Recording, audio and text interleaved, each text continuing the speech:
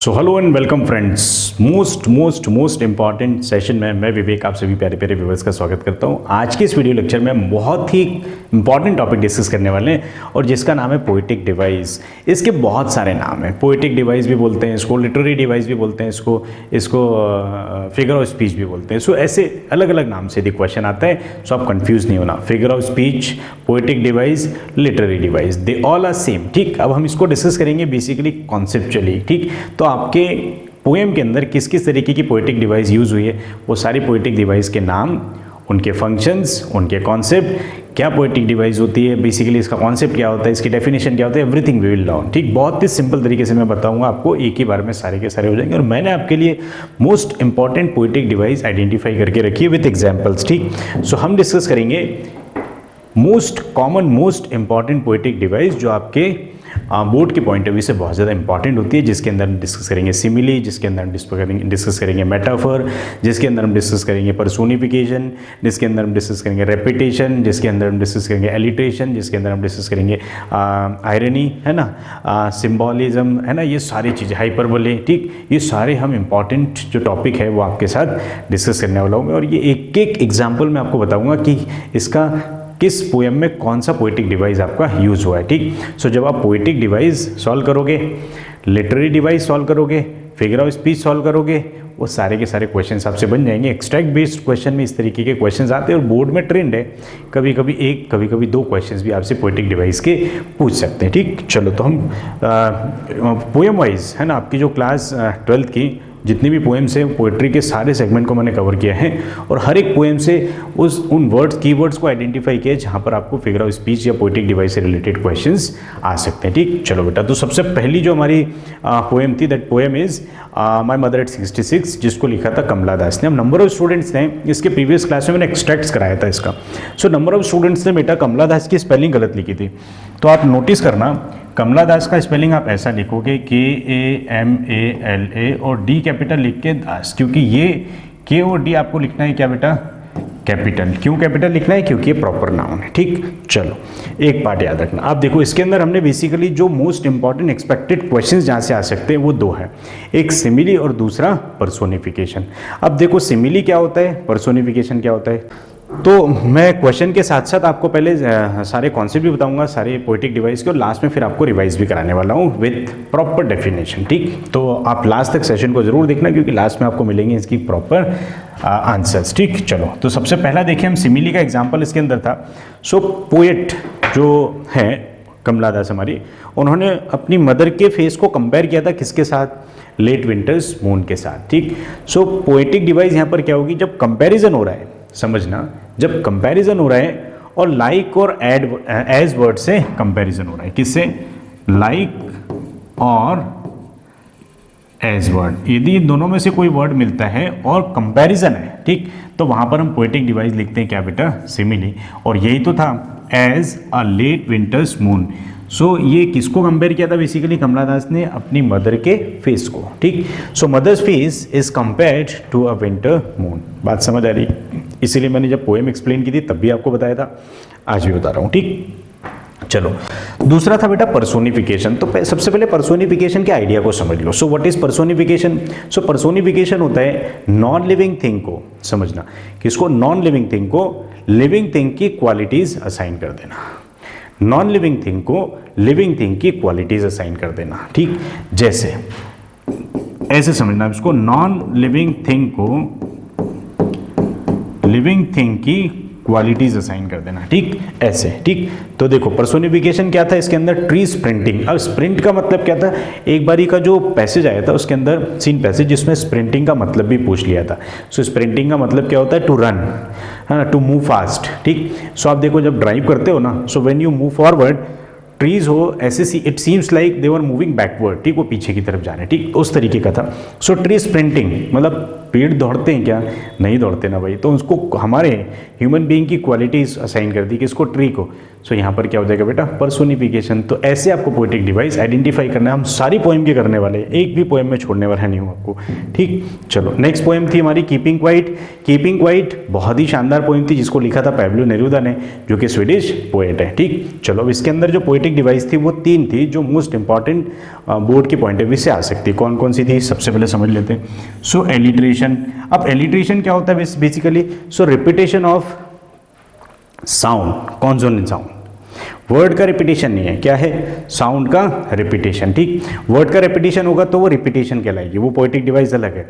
यहाँ पर first word का जो फर्स्ट लेटर है, जो 2 वर्ड के फर्स्ट लेटर का साउंड जो है दैट विल बी सेम, और वहाँ पर क्या हो जाएगा बेटा, रिपीटेशन। जैसे यहाँ पर हमने वर्ड लिया वी विन, सो यहाँ पर भी वर्ड का साउंड आ रहा है और यहाँ पर भी वर्ड का, जो कॉन्जिक्यूटिव वर्ड है और दोनों ही वर्ड के फर्स्ट लेटर का जो साउंड है वो सेम यदि आता है, सो वो क्या कहलाता है बेटा, एलिट्रेशन, ठीक। सो रेपिटेशन ऑफ डब्ल्यू, यहाँ रेपिटेशन पोएटिक डिवाइस नहीं है, पोएटिक डिवाइस कौन सी बेटा, एलिट्रेशन, ठीक। इसीलिए यहाँ पर मैंने अलग से लिखा है रेपिटेशन वो हो रहा है किसका, डब्ल्यू साउंड का, ठीक। बात समझ आई, चलो this is one.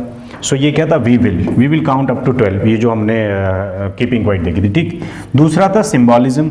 Symbolism is what, किसी चीज़ को किसी चीज़ के साथ सिम्बॉलिक कर देना, ठीक। So represents unity and moments of piece.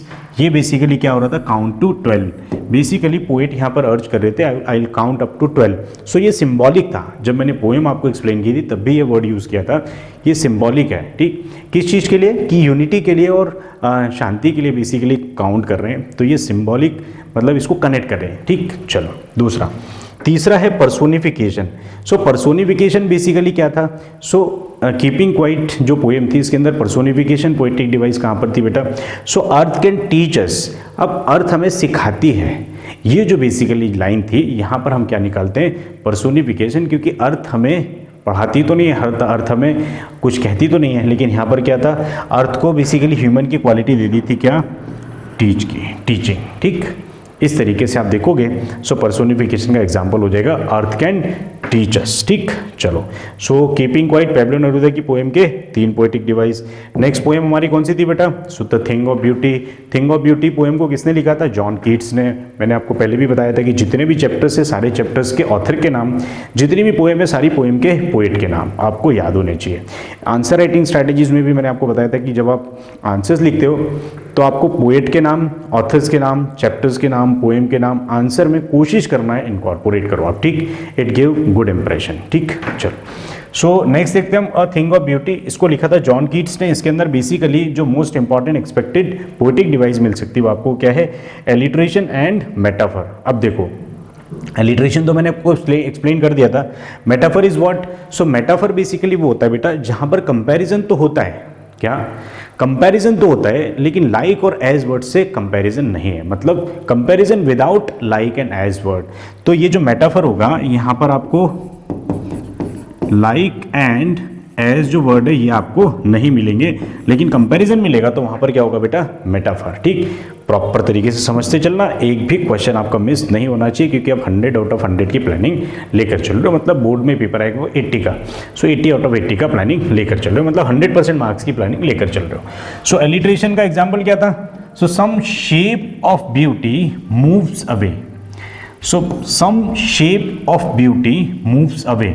तो यहाँ पर देखो बेटा ये सम शेप, तो यहाँ पर भी एस साउंड आ रहा है और यहाँ पर भी क्या साउंड आ रहा है, एस। तो एस साउंड का रिपीटेशन है कॉन्जिक्यूटिव वर्ड्स में, बात समझ आ रही है। तो हमने यहाँ पर क्या लगा दिया, पोएटिक डिवाइस एलिट्रेशन, बात क्लियर। चलो अब दूसरा देखते हैं, it is very very simple. So endless fountain of immortal drink, ठीक। अब इसको कनेक्ट कैसे किया है, तो यहाँ बेटा एज वर्ड भी नहीं है और लाइक वर्ड भी नहीं है, ये दोनों ही नहीं है, but there is a comparison. कैसे, सो ब्यूटी को कंपेयर किया है किसके साथ, नेवर एंडिंग फाउंटेन के साथ, बात समझ आ रही है, कनेक्शन है, कंपैरिजन है, लेकिन लाइक और एज वर्ड नहीं है। चलो फटाफट हम नेक्स्ट पोएम की तरफ मूव करते हैं। एंड फोर्थ पोएम इज, जिनके ऑथर को आपने क्लास 10th में भी पढ़ा होगा, रॉबर्ट फ्रॉस्ट। लिखी है किसने, लिखी है रॉबर्ट फ्रॉस्ट ने, और पोएम का नाम क्या है, रूट साइड स्टैंड। बहुत ही शानदार पोएम थी, ठीक। इसके अंदर आप देखोगे तो आपको 1 2 3 3 पोएटिक डिवाइस मिलेगी, जिसका नाम है एलिट्रेशन, पर्सोनिफिकेशन एंड आयरनी। अब देखो एलिट्रेशन मैंने ऑलरेडी आपको एक्सप्लेन कर दिया है, क्या होता है, कॉन्सोनेंट साउंड जो है उनका रेपिटेशन कॉन्जिक्यूटिव वर्ड्स के साथ। पर्सोनिफिकेशन क्या होता है? सो नॉन लिविंग थिंग को लिविंग थिंग की क्वालिटीज असाइन कर देना। फिर हमारे पास आयरनी है, सो आयरनी में बेसिकली क्या होगा? कॉन्ट्राडिक्शन। ठीक, कैसे होगा अभी हम देखते हैं। चलो कैसे, अभी एलिट्रेशन कैसे? तो सेल्फिश कार्स, ठीक, सेल्फिश कार्स। तो ये बेसिकली क्या हो रहा है यहाँ पर? स साउंड का जो है वो रेपिटेशन हुआ है, सेल्फिश कार्स। ठीक, तो यहाँ पर स का रेपिटेशन हुआ। अब पर्सोनिफिकेशन क्या होगा? तो पर्सोनिफिकेशन होता है बेटा नॉन लिविंग थिंग को लिविंग थिंग की क्वालिटीज असाइन कर देना। और आयरनी को मैंने ऑलरेडी बता ही दिया। ठीक, तो अब एक एक को हम देख लेते हैं। सो एलिट्रेशन कहाँ पर है? Selfish cars. तो ये स वर्ड का एस वर्ड साउंड का क्या हो रहा है? रेपिटेशन। यस और नो, इसीलिए यहाँ पर क्या हो गया बेटा? रेपिटेशन। दूसरा आप देखो कि क्या है? Personification. So the sadness that lurk near the open window. अब देखो पर्सोनिफिकेशन क्या है? पर्सोनिफिकेशन होगा ह्यूमन बीइंग की क्वालिटी को साइन कर देना हम किसको? नॉन लिविंग थिंग को। सो सैडनेस, अब सैडनेस किसकी क्वालिटी है? ह्यूमन बीइंग की। अब चीज़ें थोड़ी ना सैड होती है, ठीक, विंडो थोड़ी ना सैड होगा, प्लेस थोड़ी ना सैड होगा, टेबल थोड़ी ना सैड होगा। सैड कौन होता है? सैडनेस क्वालिटी किसकी? ह्यूमन बीइंग की। इसको असाइन कर दी the sadness that lurk near the open window. बात समझ आ रही है? सो नॉन लिविंग थिंग को असाइन कर दी क्वालिटी किसकी? लिविंग थिंग की। तो यहाँ पर क्या हुआ बेटा? Personification. Third one is irony. The rich ignore the poor despite depending on them for services. तो जो रिच है वो पुअर को क्या करते हैं? इग्नोर करते हैं। ठीक, सो बेसिकली इग्नोरेंस है ना। और यहाँ पर कॉन्ट्राडिक्शन भी है, तो क्या हो जाएगा वहाँ पर? Basically irony. आयरनी के यदि आप टाइप्स देखोगे, सो ड्रामेटिक आयरनी अलग होती है ना। इसके 3 टाइप के हम आयरनी के जो टाइप्स है पोएटिक डिवाइस, उसके अंदर हम देखते हैं। ठीक, अभी आपको सिर्फ कितना याद रखना है कि यहाँ पर आयरनी है। ठीक, चलो नेक्स्ट क्वेश्चन देखते हैं। सो नेक्स्ट बेटा देखो, नेक्स्ट जो पोएम है हमारी वो कौन सी है? आंट जेनिफर्स टाइगर, जिसको लिखा है एंड्रीना रीच ने। ठीक, अब देखो इस पोएम में बेसिकली क्या था? सिम्बॉलिज्म भी है। ठीक, अब यह क्वालिटीज़ भी एक दूसरे को असाइन की थी। ठीक, तो कंपैरिजन भी था, तो सारी चीज़ें थी इसके अंदर। देखते हैं हम किस किस तरीके की पोएटिक डिवाइस है। सो मेटाफर था विदाउट लाइक और एज वर्ड का कंपैरिजन। एलिट्रेशन था क्या? तो एलिट्रेशन था सेम साउंड का रिपीटेशन कॉन्जिक्यूटिव वर्ड्स में। सिंबॉलिज्म था चीज़ों को किसी और चीज़ों के साथ, एक थिंग को दूसरी थिंग के साथ में क्या करना? सिंबॉलिक कर देना। ठीक, और कॉन्ट्रास्ट था मतलब दो चीज़ें अलग अलग। ठीक, किस तरीके से थे पोएम के अंदर? So bright topaz denizens of a world of green. अब ये वर्ल्ड ऑफ ग्रीन किस कॉन्टेक्स्ट में यूज़ किया था बेटा? सो फॉरेस्ट के कॉन्टेक्स्ट में। जब आपने पोएम का एक्सप्लेनेशन देखा होगा, सो यू कैन कनेक्ट। ठीक, सो टाइगर्स को बेसिकली कंपेयर किया किसके साथ? टोपाज के साथ। बात समझ आ रही है? लेकिन यहाँ पर लाइक और एज वर्ड है क्या? नहीं है सर, इसीलिए हमने पोएटिक डिवाइस कौन सा लिखा है? मेटाफर। अब दूसरा एलिट्रेशन है। सो एलिट्रेशन में देखो यहाँ पर फिंगर्स फ्लटरिंग, ये एफ जो साउंड है ये क्या हो रहा है? रिपीट हो रहा है। ठीक, इसीलिए यहाँ पर क्या हुआ बेटा? एलिट्रेशन। अब सिंबॉलिज्म, तो आंट जेनिफर ने बेसिकली क्या किया था? टाइगर्स को सिंबलाइज किया था किससे? स्ट्रेंथ और फ्रीडम के साथ। याद आ रहा है जब मैंने आपको पोएम एक्सप्लेन किया था तो टाइगर्स को रिप्रेजेंट किया था। टाइगर्स को बेसिकली हमारी आंट जेनिफर ने क्या किया था? वो जो स्क्रीन था ना इसके ऊपर कार्व किया था, बनाया था। ठीक है ना, वो बुन के बनाया था। ठीक, तो ये टाइगर्स बनाए थे किस चीज़ को रिप्रेजेंट करने के लिए? स्ट्रेंथ को, ब्रेवरी को रिप्रेजेंट करने के लिए। राइट, तो यहाँ पर आप कनेक्ट करोगे। सो टाइगर्स सिंबलाइज कर रहे थे किसको? स्ट्रेंथ को और फ्रीडम को। जबकि आंट जेनिफर कैसी लाइफ जी रही थी? एक मेल डोमिनेंट सोसाइटी का पार्ट थी वो, जहाँ पर वो अंकल से शादी करने के बाद she was not feeling happy and free. वो फ्रीडम भी फील नहीं कर रही थी और वो कैसी थी? सैड भी थी। तो उसने टाइगर्स बनाए थे। ठीक, इस तरीके से आप इसको कनेक्ट करना। पोएम को आप एक्सप्लेनेशन देखना, उसके अंदर आपको सारी चीज़ें मैंने बताई है। ठीक, दूसरा आंट जेनिफर रिप्रेजेंट्स, अच्छा हाँ, aunt Jennifer represents operations and restrictions in marriage. तो ये बेसिकली इसका क्या देखेंगे आप? 2 तरीके से आंट जेनिफर ने यहाँ पर रिप्रेजेंट किया था आंट जेनिफर्स टाइगर के अंदर। ठीक, अब नेक्स्ट क्या था? Contrast. So the fearless tigers contrast with aunt Jennifer's helplessness. कैसे कॉन्ट्राडिक्शन था? सो फियरलेस टाइगर्स को कोई डर नहीं है, दे आर फ्री। लेकिन जो आंट जेनिफर थी वो कैसी थी? वो नर्वस थी। हाँ, she is not free, she doesn't have freedom. ठीक, उसके पास ब्रेवरी नहीं थी, उसके पास फ्रीडम नहीं थी, उसके पास वो हमेशा सैड थी। लेकिन टाइगर्स कैसे थे? ब्रेव थे, फियर लेस थे और ये फियरफुल थी। सो फियरलेस टाइगर्स को फियरफुल आंट जेनिफर के साथ में आप देखो कनेक्ट करके, सो वहाँ पर आपको क्या दिखेगा, एक शार्प कॉन्ट्रास्ट दिखेगा। ठीक, इस तरीके से फ्रेंड्स आप सारी ही पोएम के पोएटिक डिवाइस लर्न करके जाना और आपको सारे के सारे फुल मार्क्स मिलेंगे। अब मैं आपको बताता हूँ क्या, हर एक पोएटिक डिवाइस का प्रॉपर एक्सप्लेनेशन जिसका आप स्क्रीनशॉट लेके रख लो ताकि आपसे गलती ना हो। ठीक, तो चलो जिस तरीके से हमने डिस्कस किया वो सारी चीज़ें हम क्विक रिकैप कर लेते हैं। तो सिमिली मैंने बताया था आपको बेटा क्या, डायरेक्ट कंपैरिजन लाइक और एज वर्ड के साथ, कितना सिंपल कितना आसान। मेटाफर क्या था बेटा, सो इनडायरेक्ट कंपैरिजन मतलब लाइक और एज वर्ड के साथ कंपैरिजन नहीं है, बात समझ आ रही है, विदाउट है। ठीक, और ये यूजिंग है। पर्सोनिफिकेशन मैंने बताया था, giving human qualities to non living things. ठीक, पावर कट हो गया बेटा, है ना, तो कोई बात नहीं, आप लोग मैंने ऑलरेडी एक्सप्लेन कर ही दिया था, आपने एक्सप्लेन स्क्रीनशॉट ले ही लिया होगा, नहीं लिया होगा तो आपको फिर से रिकैप करके थोड़ा सा प्रीवियस बैकवर्ड जाके आप थोड़ा स्क्रीनशॉट ले लेना और सारी डेफिनेशन उसमें लिखी हुई, एक्सप्लेनेशन पार्ट ऑलरेडी मैंने आपको कर दिया है। ठीक, so that's all for the day, see you all very soon in the next video, तब तक के लिए tata bye bye, thank you. Suddenly power cut हो गया, अनएक्सपेक्टेड था ये तो आज।